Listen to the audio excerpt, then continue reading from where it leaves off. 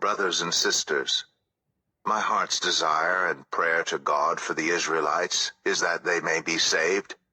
For I can testify about them that they are zealous for God, but their zeal is not based on knowledge, since they did not know the righteousness of God and sought to establish their own. They did not submit to God's righteousness. Christ is the culmination of the law, so that there may be righteousness for everyone who believes. Moses writes this about the righteousness that is by the law. The person who does these things will live by them.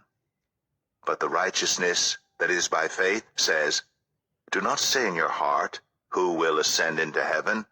That is to bring Christ down. Or, who will descend into the deep? That is to bring Christ up from the dead. But what does it say? The word is near you. It is in your mouth and in your heart. That is, the message concerning faith that we proclaim. If you declare with your mouth, Jesus is Lord, and believe in your heart that God raised him from the dead, you will be saved.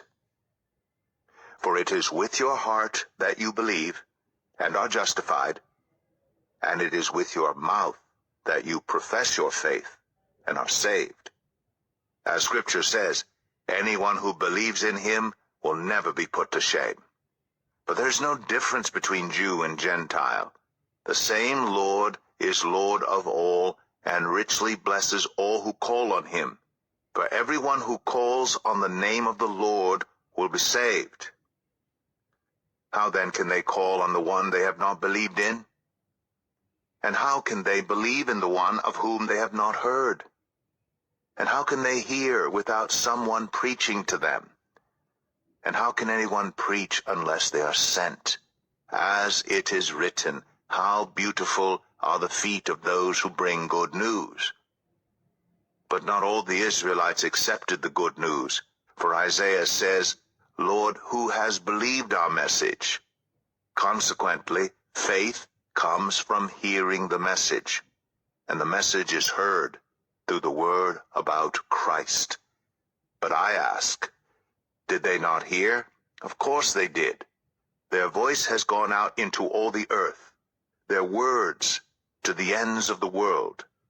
Again I ask, did Israel not understand? First, Moses says, I will make you envious by those who are not a nation. I will make you angry by a nation that has no understanding. And Isaiah boldly says, I was found by those who did not seek me. I revealed myself to those who did not ask for me. But concerning Israel, he says, all day long I have held out my hands to a disobedient and obstinate people.